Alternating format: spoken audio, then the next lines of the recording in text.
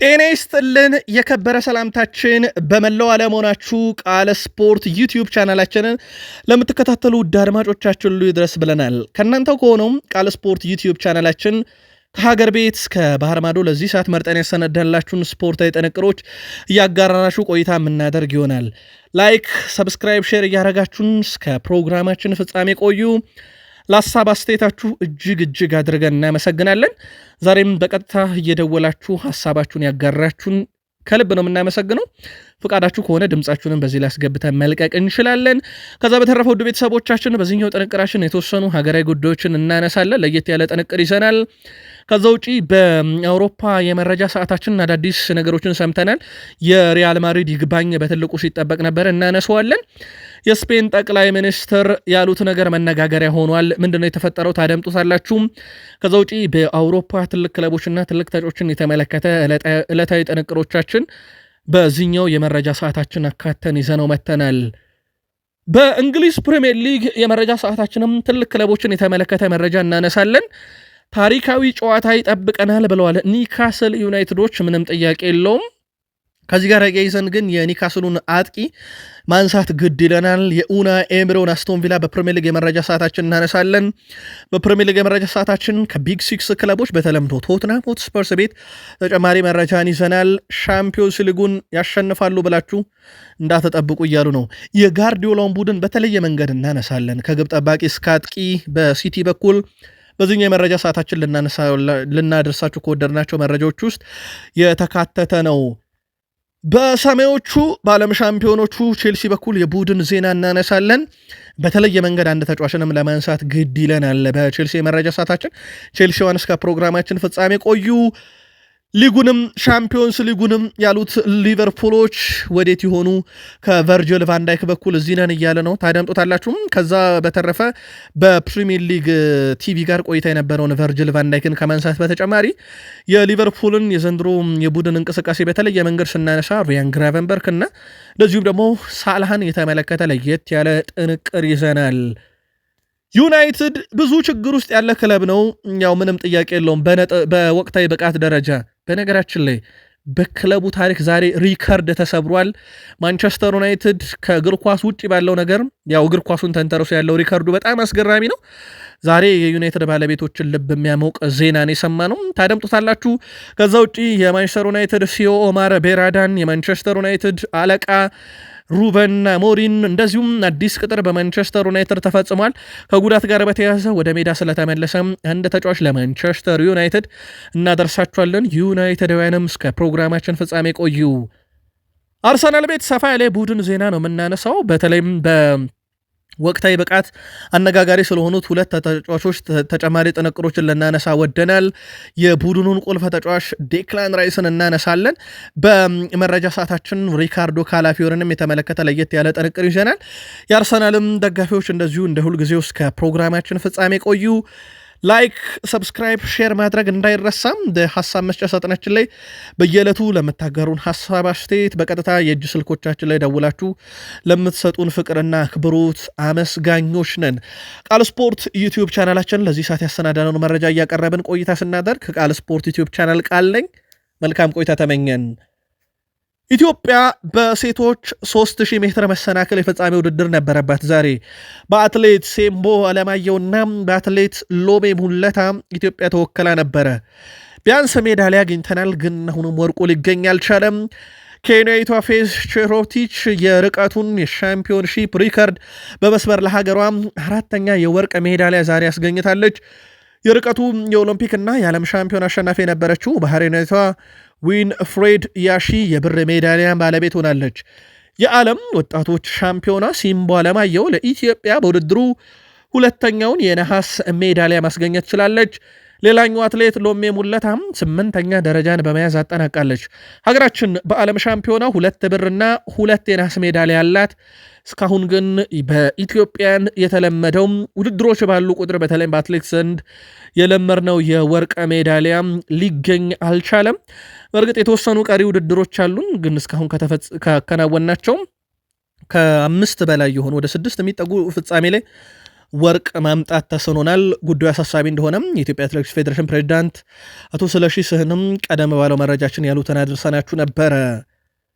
የኢትዮጵያ እግር ኳስ ፌዴሬሽን ትውልደ ኢትዮጵያን እግር ኳስ ተጫዋቾች በሀገሪቱ ክለቦች ተመዝግበው መጫወት የሚችሉባቸውን አሰራሮች ይፋ አድርገዋል። የተቀመጡ መስፈርቶች የሚያሟላ ትውልደ ኢትዮጵያዊ ተጫዋች በሀገሪቱ ክለቦች እንደ ማንኛውም ኢትዮጵያዊ እንደሚመዘገቡም ተገልጿል።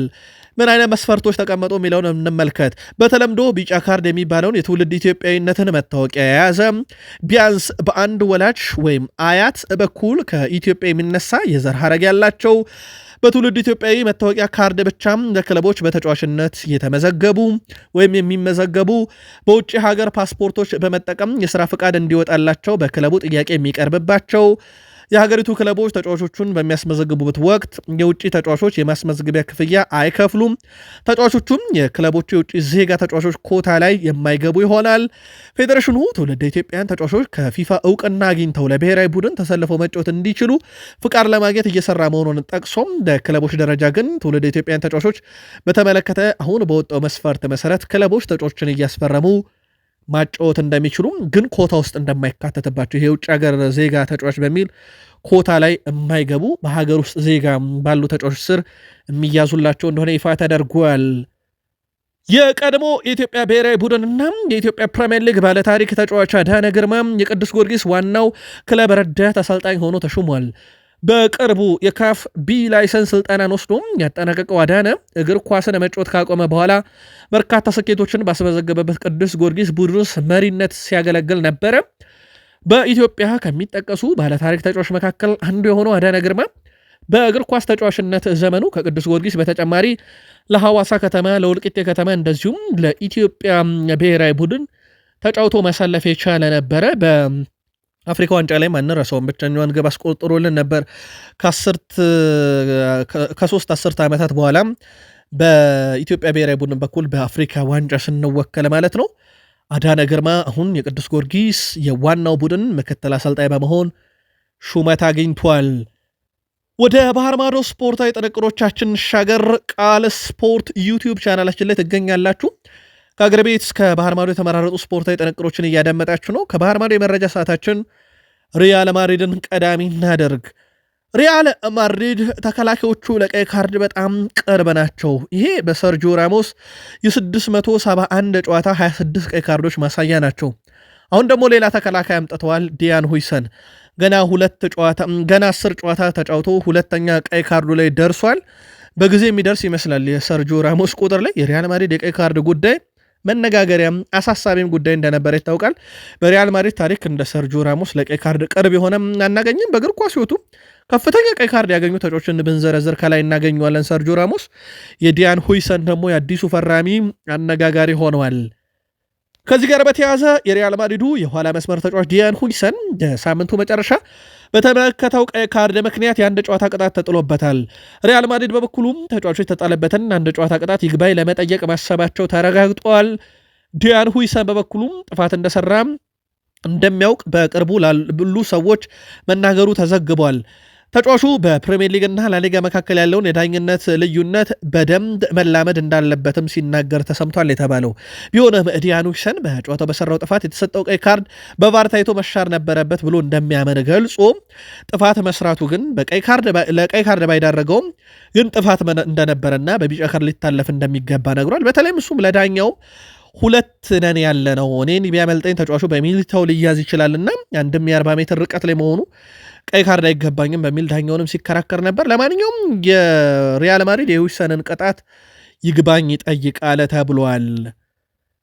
የስፔን ጠቅላይ ሚኒስትር ፔድሮ ሳንቼዝ ብሔራዊ ቡድኑ እስራኤል ካለፈች ወደ ዓለም ዋንጫ ላይሄድ የሚችልበት ርዕሰ ሐሳብ ማቅረቡ የዛሬው ሰበርም የዛሬው አነጋጋሪ መረጃ ሆኗል።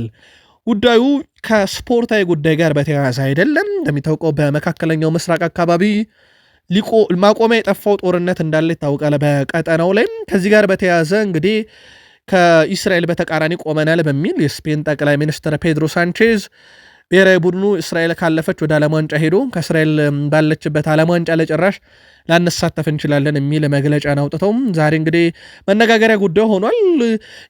ይህንን ጉዳይ እንግዲህ በፊፋ በኩል ነው ውሳኔ ሊሰጥበት የሚችለው። ምክንያቱም ስፖርት ራሱን የቻለ ውድድር ነው፣ ዓለም አቀፍ ውድድር ነው። የሚተዳደረው በሀገር መንግስት አይደለም። መተዳደሪያው ፊፋ ነው፣ አስተዳደሪው አካል ፊፋ ነው። ሁሉም የኮንፌዴሬሽን ሀገራት መተዳደሪያቸው የፊፋ ህግ እንደሆነ ይታወቃልና ስፔን ባትሳተፍ በዛ ውድድር ላይ ሊደርስባት የሚችለው ቅጣት ቀላል የሚባል አይደለም። ይህንን ፊፋ ይፈቅድላቸዋል ተብሎ አይታሰብም። ለማንኛውም ጠቅላይ ሚኒስትር ፔድሮ ሳንቼዝ ግን እስራኤል ባለችበት የዓለም ዋንጫ እኛ አናሳተፍም የሚል ምክረ ሀሳብ ማቅረባቸው የዛሬ አነጋጋሪ ጉዳይ ሆነዋል። ሃሪ ኬን ውድድር ዓመቱ በጣም አስደናቂ የሚባል ቁጥር ያለው በነገራችን ላይ ለባየር ሙኒክ በሁሉም የጨዋታዎች በዚህ ውድድር ዓመት 11 ጎሎችን በሁሉም ጨዋታ ላይ ማስቆጠር ችሏል። ለባየር ሙኒክ በጣም አስገራሚ የሚባል ተጫዋች ነው። በነገራችን ላይ ቁጥሩ 25-26 የውድድር ዓመት ላይ ያለ ፔናልቲ 9 ግብ ለማስቆጠር የሚያስችል ቁጥሩ 5.3 ሙከራውን አድርጓል። ይሄ ሁለተኛ ያደርገዋል። ከዛ ውጪም ከፔናልቲ ውጪ ግብ የማስቆጠር ንጣሬው 2.9 ነው። 25 ሙከራን አድርጓል። ከዚህ 25 ሙከራው ኢላማውን የጠበቀ 18ቱ ነው። በቡንደስሊጋው እንደዚህ አይነት ቁጥሮችን ማግኘት በጣም ይቸግራል። የሃሪኬን ቁጥር አነጋጋሪ ሆኗል።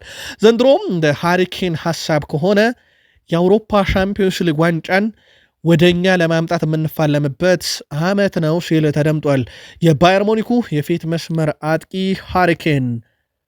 ውድ ቤተሰቦቻችን ቃል ስፖርት ዩቲዩብ ቻናላችን ላይ ትገኛላችሁ። በዚህ ሰዓት መርጠን ያሰናዳላችሁን ስፖርታዊ ጥንቅሮች እያጋራናችሁ እንገኛለን። ከተወዳጁ የእንግሊዝ ፕሪሚየር ሊግ ታላላቅ ክለቦች ወዳገኘናቸው ዕለታዊ ጥንቅሮቻችን እንሻገር። ከፕሪሚየር ሊግ የመረጃ ሰዓታችን ጋር በድጋሜ መልካም ቆይታ ተመኘን። ታሪካዊ ጨዋታ ይሆናል ብለዋል ኤዲ ሃው የኒካስል ዩናይትዱ አሰልጣኝ። የኒካስል ዩናይትዱ አሰልጣኝ ኤዲ ሃው ቡድናቸው ሐሙስ ምሽት ከባርሴሎና ጋር የሚያደርገው ጨዋታ ታሪካዊ ይሆናል ብለውታል። ሴንት ጄምስ ፓርክ ስቴዲየም የሚኖረው ድባብ ለማየት ጓጉቻለሁ ሲሉ አሰልጣኝ ኤዲ ሃው ጨምረው ተናግረዋል። ባርሴሎናም ከዓለም ምርጥ ቡድኖች አንዱ ነው ያሉት አሰልጣኙ ጨዋታውን ለማሸነፍ እስከ መጨረሻው ደቂቃ መፋለም ግድ ይለናል ብለዋል። አሰልጣኙ በንግግራቸውም ወቅት የቡድኑ አጥቂ ዊሳ በጉዳት ምክንያት ለ2 ወራት ከሜዳ መራቁን ተከትሎ ለቡድኑ እንደዚሁ ግልጋሎት እንደማይሰጥ በጋዜጣዊ መግለጫቸው ላይ አንስተዋል። በኒካስል ዩናይትድ በኩል በነገራችን ላይ አዲስ ያስፈረሙት አጥቂያቸው ኒክ ኦልትሜድ ያው በጨዋታው ላይ ይገኛል። በባርሴሎና አንድም ተጫዋች የሱ ቁመት ላይ የሚደርስ የለም። በነገራችን ላይ አንድ ተጫዋች የላቸውም ባርሴሎና። ማርከስ ራሽፈርድ ነው ትንሽ ይቀርበዋል የተባለው ለዚህ ተጫዋች ቁመት። ከዛ ውጭ ግን የባርሴሎና ተጫዋቾች እንግዲህ ረጅሙን ተጫዋች ከፊት መስመር ይፋለማሉ ማለት ነው።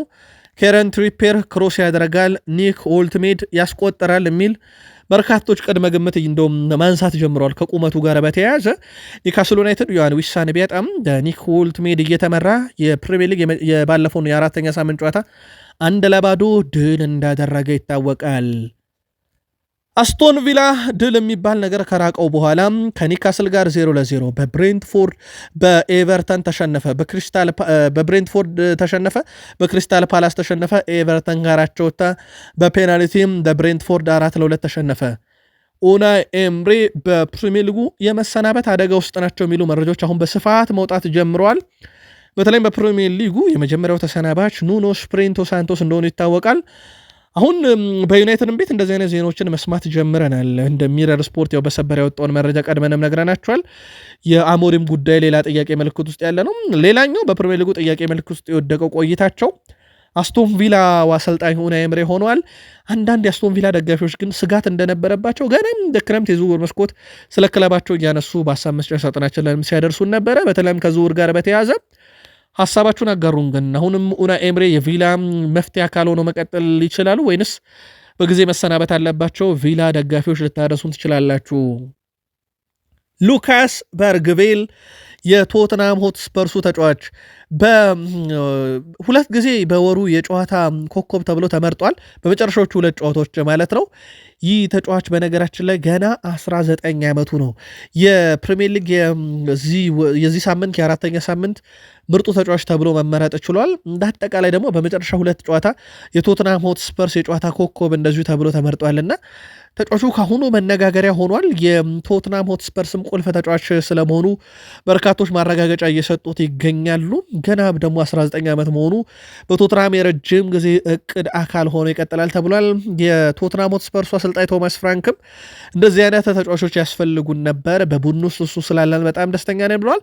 በተለይም ቡድናቸው ልምድ ያላቸው ተጫዋቾች በጉዳትና ክለቡን በመልቀቅ ካጣ በኋላ ለሉካስ ባርግቬል ያለ ወጣት ተጫዋች በማግኘታችን ደስተኛ ነን ብለዋል። የፕሪሚየር ሊጉ የሳምንቱ ምርጥ ተጫዋች ተብሎ እንደተመረጠ ይታወቃል። ሻምፒዮንስ ሊጉን ያሸንፋሉ ከሚባሉት ውስጥ አይደለንም ብለዋል አሰልጣኝ ጆሴፕ ፔፕ ጋርዲዮላ። የማንቸስተር ሲቲው ዋና አሰልጣኝ ፔፕ ጋርዲዮላ ቡድናቸው በዚህ ዓመት ለሻምፒዮንስ ሊግ ዋንጫ ከሚጠበቁት ውስጥ አለመሆኑን ገልጸዋል። እኛ የአውሮፓ ሻምፒዮንስ ሊግ ዋንጫ ያሸንፋሉ ተብለው ከሚገመቱ ክለቦች መካከልም አይደለንም ብለዋል ጋርዲዮላ። ስለ ተጋጣሚያቸው ናፖሊ ተጠይቀው ነበረ። ናፖሊ ያው ኢታድ ይመጣል። አሰልጣኝ አንቶኒዮ ኮንቴ የተናገሩት ጋርዲዮላ ከአንቶኒዮ ኮንቴ ብዙ ነገር ተምሬያለሁ፣ ለሱ ትልቅ ፍቅርና ክብሮት አለ ብለዋል። ደብሮይና በናፖሊ ባሳየው አጀማመር አልተገረምኩም። በደብሮይና ደረጃ ያለ ተጫዋች ሁልጊዜም እንደዚህ አይነት ነገሮችን ሊያደርግ ይችላል ብለውም ኬቨን ደብሮይናን አወድሷል። እናም ተጫዋቹ በዚህ ደረጃ ላይ መገኘቱ እኔን አላስገረመኝም፣ የማውቀው ተጫዋች ስለሆነ ብለዋል። ከ10 ዓመት በኋላ ኬቨን ደብሮይና ሲቲን በለቀቀበት ዓመት እና ወራቶች ውስጥ መልሶ የቀድሞ ክለቡን የሚፋለም ይሆናል። በእግር ኳስ መጫወት ላይ እንድሻሻል ጋርዲዮላ ይረዳኛል ብሏል ጃሊጂ ዳናሮማ። የማንቸስተር ሲቲው ግብ ጠባቂ ጃሊጂ ዳናሮማ በእግር ኳስ የመጫወት ክህሎት ለማሻሻል እየጣረ መሆኑን ተናግሯል። ሉዊስ ኤንሪኬ ዳናሮማን ለመቀየር ያሰቡት በእግር መጫወት ላይ ስለሚቸገር እንደሆነ መነገሩ አይዘነጋም። ዳናሮማ በበኩሉ ይህንን ለማሻሻል ሁልጊዜ እየጣርኩ ነው ያለ ሲሆን አሁን ላይ ጋርዲዮላ ጋር ነኝ፣ እሱ በዚህ ረገድ ከዓለም ምርጥ አሰልጣኞች አንዱ ነው ሲል ተደምጧል። አክሎም በእርግጠኝነት ጋርዲዮላን መርዳት ይችላል፣ በጋራም ብዙ ችግሮችን ወይም ብዙ ነገሮችን እንሰራለን፣ ችግሮችን እንፈታለን፣ ብዙ ነገሮችን እንሰራለን፣ አብረን ጥሩ ስኬት እንደምናሳካም እርግጠኛ ነኝ። በእግር የመጫወት ችግሬን ለመፍታት ትክክለኛው ቦታ በሲቲ ይገኛለሁ ብሏል። ምናልባት በዚህ ሳምንት በማንቹሪያን ደርቢ ጨዋታ የመጀመሪያውን ጨዋታ አድርጓል። ድንቅ የሆኑ ኳሶችንም ሲያድን የተመለከትንበት ጨዋታ ነበረ።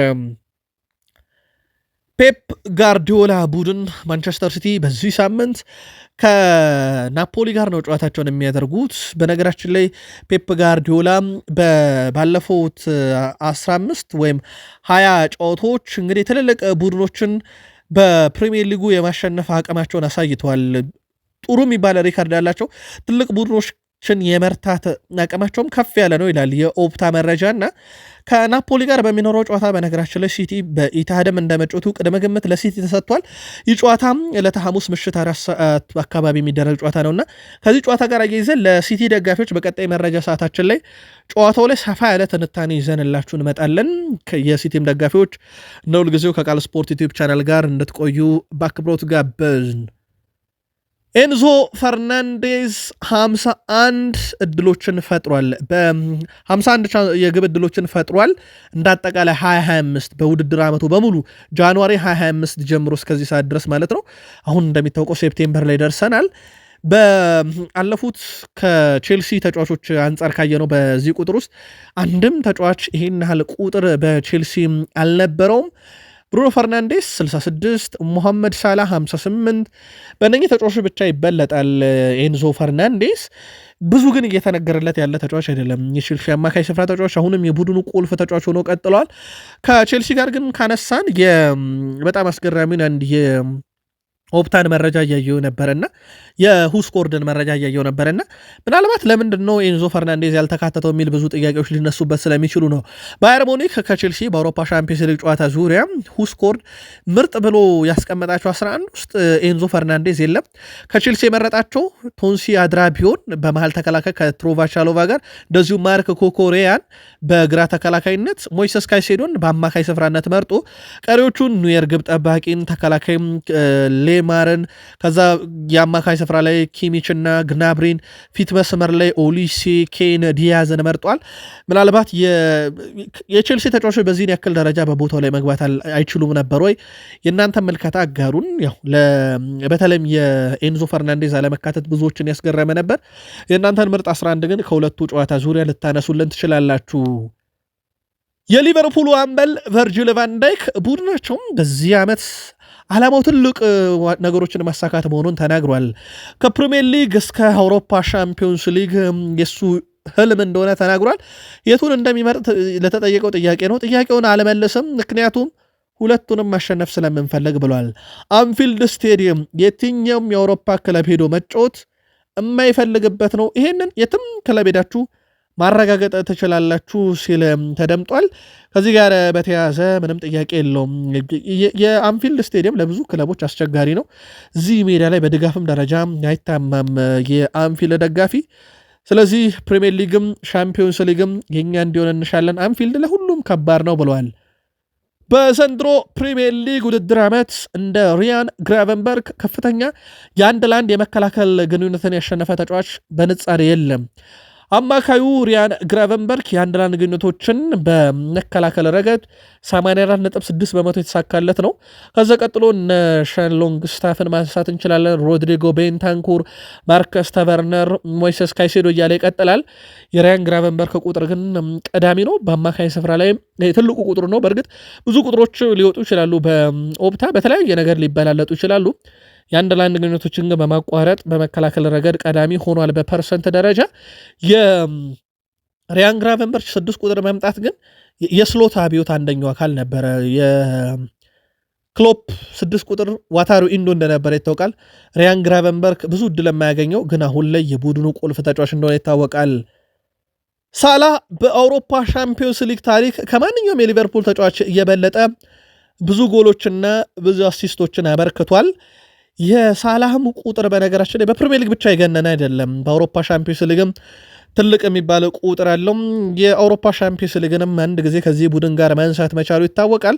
ያኔም ቁልፉ ተጫዋቻቸው እንደነበረ አይዘነጋም በሊቨርፑል በኩል። ከዚህ ጋር በተያያዘ ምናልባትም በአውሮፓ ሻምፒዮንስ ሊግ ዘንድሮ የወርቅ ጫማውን ለመውሰድ ከፍተኛ ግብ አስቆጣሪነት እጩ ውስጥ ተካቷል። ሳላ ያሳኳል አያሳካውም የሚለውን እንግዲህ በቀጣይ ጨዋታዎች እያየን እየገመገምን እንሄዳለን። ግን በአውሮፓ ሻምፒዮንስ ሊግ ታሪክ ከማንኛውም የሊቨርፑል ተጫዋች በላይ 44 ሲደመር ግብ 17 ሲደመር አሲስቶች በመያዝ ቀዳሚው ተጫዋች መሆን ችሏል። ዩናይትድ ውጤት ርቆታል። ሩበን አሞሪም ውጤት ለራቀው ቡድናቸው የጨዋታ ስታይሉን ቀይሮም ቢሆን ዩናይትድ በየትኛውም መንገድ ወደ አሸናፊነት ይምጣ ቢባሉም እሳቸው አሻፈሬ ማለታቸው ይታወቃል። ማንቸስተር ዩናይትድ በ2024/25 የውድድር ዘመን በክለቡ ታሪክ ግን ሪከርድ የሆነ ገቢ አግኝቶም ትርፋማ ሆኗል። ክለቡ ምንም እንኳን በአውሮፓ ሻምፒዮንስ ሊግ ባይሳተፍም 667 ሚሊዮን ፓውንድ ገቢ ማግኘቱ ተገልጿል። በከፍተኛ የትኬት ሽያጭና አባልነት ምዝገባ የክለቡ የጨዋታ ቀን ገቢ ሪከርድ በሆነ መልኩ በ17 በመቶ አድጓል። በተጨማሪም ክለቡ ከአጋር ድርጅቶች ጋር ባደረገው የንግድ ስምምነትም ገቢውን በ10 በመቶ ማሳደግ የክለቡን ገቢ ከፍተኛ እንዲሆን አድርጎታል። በእግር ኳስ ሜዳ ላይ ብዙ የተቸገረው ማንቸስተር ዩናይትድ ገቢው ግን እያደገ እንጂ እየቀነሰ አልመጣም። ምናልባት የአውሮፓን መድረክ ትኬት ቆርጦ ቢሆን ኖረው ዋንጫዎችን እያነሳ ቢሆን ከዩናይትድ ጋር እንግዲህ ጡንቻው ከብዷቸው ክለቦች እንዴትስ መፎካከር ይችሉ ነበር በገንዘብ ደረጃ የሚለው ለዩናይትድ ደጋፊዎች በጣም የሚያስቆጭ ይሆናል። ምክንያቱም የገንዘብ አቅም አለ ማለት አንድ ክለብ የሚገዛው የፈለገውን ተጫዋች የመረጠውን ሁሉ መግዛት ይችላል። የፈለገውን ያህል ወጪ ሊያወጣ ይችላል። ምክንያቱም አብዛኛው ገቢ እና ወጪ ስለሆነ የሚታየው የወጣው ወጪም ከገቢ አንጻር ስለሚሰላለት ማለት ነው። ዩናይትድ አምና እጅግ በጣም ትርፋማ ሆኗል። በክለቡም ታሪክ ሪከርድ ነው። በእርግጥ በአውሮፓ 5 ታላላቅ ሊጎች 2.2 ሚሊዮን ሕዝብ በስቴዲየም ተገኝቶ ያየው ብቸኛው ክለብ ነው በአምና ውድድር ላይ። ይህ ዩናይትድ ከነጥብ ጋር ቢሆን ደግሞ ብዙ የሚያስቀና ይሆናል። ለማንኛውም ዩናይትድ ትርፋማ ሆኗል። አሁንም ቡድኑን በእግር ኳስ ሜዳ ላይ ማሻሻል ግን የነ ሩበን አሞሪም ትልቅ ፈተና ሆኗል። የማንቸስተር ዩናይትድ ዋና ስራ አስፈጻሚ ኦማር ቤራዳ ስለ ማንቸስተር ዩናይትድ አጠቃላይ የአጭርና የረጅም ጊዜ እቅዶችም ማብራሪያ ሰጥተዋል። በዚህ ውድድር ዘመን በሁሉም መስኮች ደረጃችንን ከፍ ማድረግ እየሰራ ነው። ሜዳ ላይ በወንዶችና ሴቶች ዋናው ቡድን አዲስ በቀላቀልናቸው ተጫዋቾች ደስተኛ ነን። የረጅም ጊዜ የክለቡ እቅድ አካል መሆናቸው ደግሞ ሁነቱን ልዩ ያደርገዋል ብለዋል። ከሜዳ ውጭ ደግሞ ከማውቀራዊና አስተዳደራዊ ለውጦች መለስ በተደረጋውም ተዋረዳዊ መስመር አማካኝነት ያስቀመጥናቸውን የስፖርታዊ ና ኮሜርሻል ግቦችን መምታት ዋነኛ እቅዳችን ነው፣ ወይም ከፋይናንስ ረገድ ቡድኑ ስኬታማ ማድረግ የተያዘው እቅድ ነው ብለዋል። እንደሚታወቀው የማንቸስተር ዩናይትድ የወንዶቹ ቡድን እንግዲህ በጅማሮ ይወቀስ እንጂ በሴቶቹ በኩል የፕሪሚየር ሊጉን ደረጃ ሰንጠረዥ እየመራው ይገኛል። የማንቸስተር ዩናይትድ ሴቶች ቡድን በፕሪሚየር ሊግ ማለት ነው። በእርግጥ በግብ ልዩነት ነው እየመሩ የሚገኙት። ፕሪሚየር ሊጉ ላይ በሁለቱም ጨዋታ በርከት ያሉ ግቦችን ማስቆጠራቸው ይታወቃል።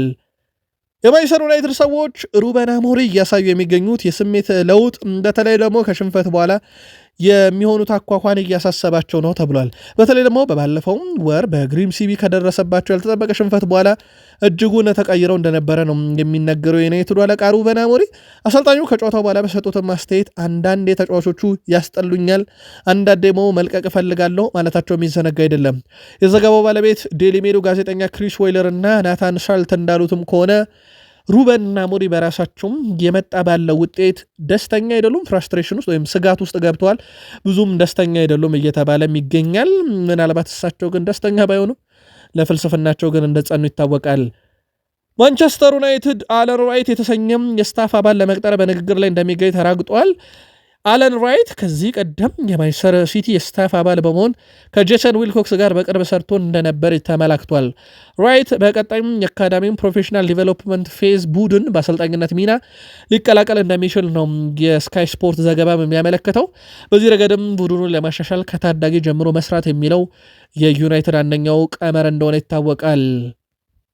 ሌሳንድሮ ማርቲኔዝ ከአጋጣሚ ጅማት መበጠስ ጉዳት በኋላ ከተደረገለት የቀዶ ጥገና በማገገም እንግዲህ ወደ ሜዳ ሊመለስ መሆኑ መረጃዎች እየወጡ ይገኛሉ።